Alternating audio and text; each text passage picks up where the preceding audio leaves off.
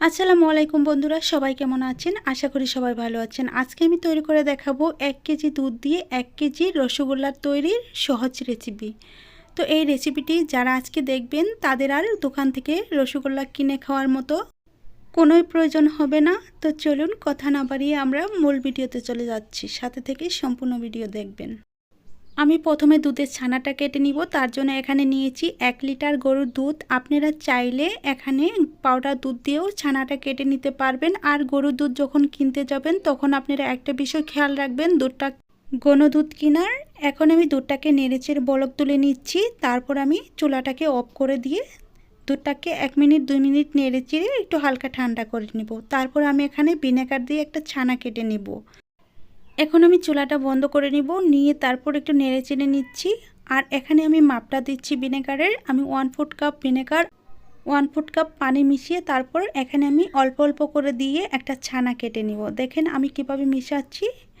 এখানে দুইটা মিলিয়ে 1/2 কাপ হয়েছে। একটু দিয়ে তারপর নেড়ে চেড়ে নিচ্ছি। তার বাকিটুকু আবার দিয়ে আবার নেড়ে চেড়ে সুন্দর একটা ছানা কেটে নেব।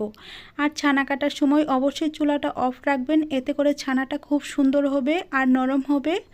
শক্ত হওয়ার কোনো চান্স থাকবে না। ছানা শক্ত হয়ে গেলে মিষ্টি ভালো আসে না। এই বিষয়টা খেয়াল রাখলে আপনাদের মিষ্টিগুলো কখনো নষ্ট হবে না। দেখেন বাকি ভিনেগারটুকু দেওয়ার পর কত সুন্দর ছানা কাটা শুরু হয়েছে। আর আপনি লেবু রস দিয়েও এই কাজটা করে নিতে পারেন। এতে করে লেবু রস দিলে এলাচ দেওয়ার চেষ্টা করবেন, যাতে করে লেবুর টক টক ভাব এবং কি লেবুর একটা ফ্লেভার আছে সেটা যেন না থাকে। দেখেন ছানা কাটা হয়ে গেছে। এখন আমি নেড়েচেড়ে আর একটু মিশিয়ে নিচ্ছি। তারপর এখানে ঠান্ডা পানি ঢেলে দিব। আর এই কাজটা অবশ্যই আপনারা করবেন চুলার উপরে ঠান্ডা পানি দেওয়ার। এতে করে ছানা একটুও রাবারি রাবারি ভাব হবে না, তখন কিন্তু মিষ্টিগুলো খুব সুন্দর হবে। আমি এখানে নর্মাল যে ঠান্ডা পানিটা আছে সেই ঠান্ডা পানিটাই দিয়ে দিচ্ছি, দিয়ে আবারও একটু নেড়ে চেড়ে মিশিয়ে নিচ্ছি। আমি এখন একটা সুতি কাপড়ের ওপর এই ছানাটাকে ঢেলে তারপর সেঁকে নিব। আমি প্রথমে একটা শাকনা নিয়েছি, তার উপর সুতি কাপড় দিয়ে দিচ্ছি। তারপর এই ছানাটুকু ঢেলে নিচ্ছি। রঙিন কাপড় দেওয়ার চেষ্টা করবেন না, এতে করে ছানাতে কালার উঠে আসবে। সাদা কাপড়টাই দেওয়ার চেষ্টা করবেন।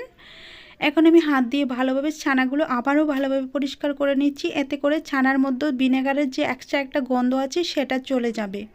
তো ভালোভাবে ধুয়ে নেওয়ার চেষ্টা করবেন। এখন আমি এটাকে একটু হাত দিয়ে চেপে চেপে এক্সট্রা যে পানি আছে সেটা বের করে আমি 15 মিনিটের জন্য এটাকে একটা গ্রিলের উপর ঝুলিয়ে রাখবো।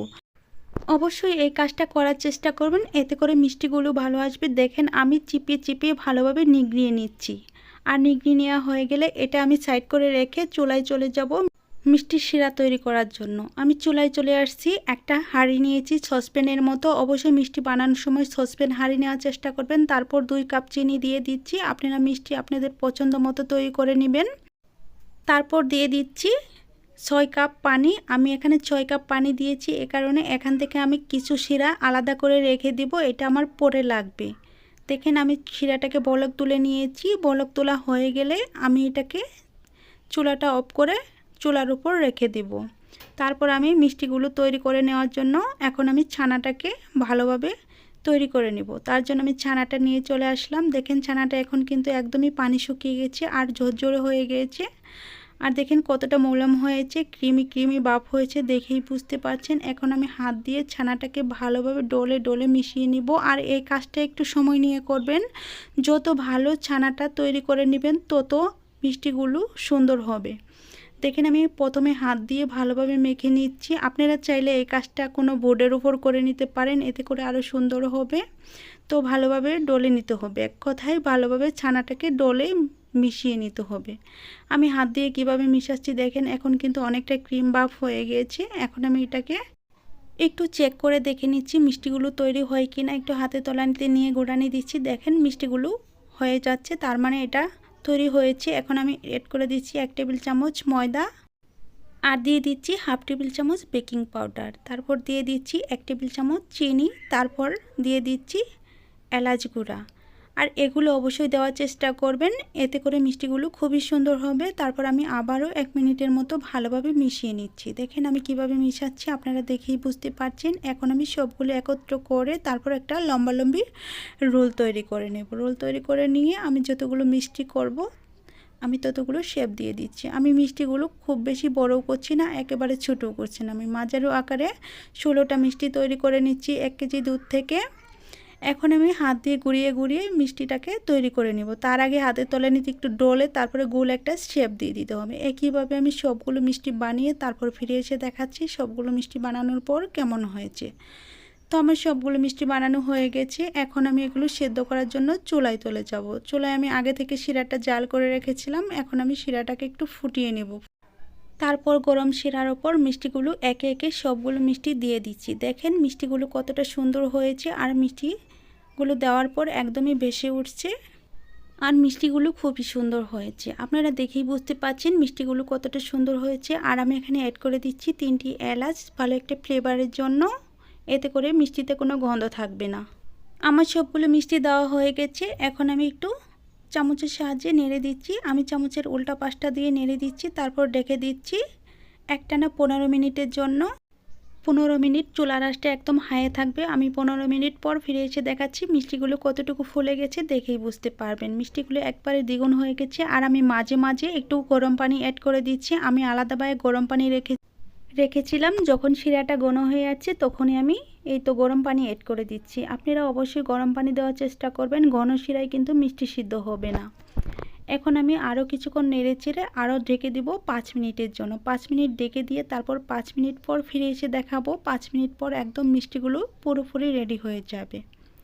তো 5 মিনিট পর ফিরে এসেছি। এখন কিন্তু মিষ্টিগুলো পুরোপুরি সেদ্ধ হয়ে গেছে। এখন আমি মিষ্টিগুলো নামিয়ে এই শিরাতেই ডুবিয়ে রাখবো 1 ঘন্টার জন্য। 1 ঘন্টা পর আমি এই শিরা থেকে, আমি তখন যে শিরা তৈরি করছিলাম সেখান থেকে যে আলাদা করে শিরা রেখেছিলাম সেই শিরাই ডুবিয়ে রাখবো সারা রাতের জন্য।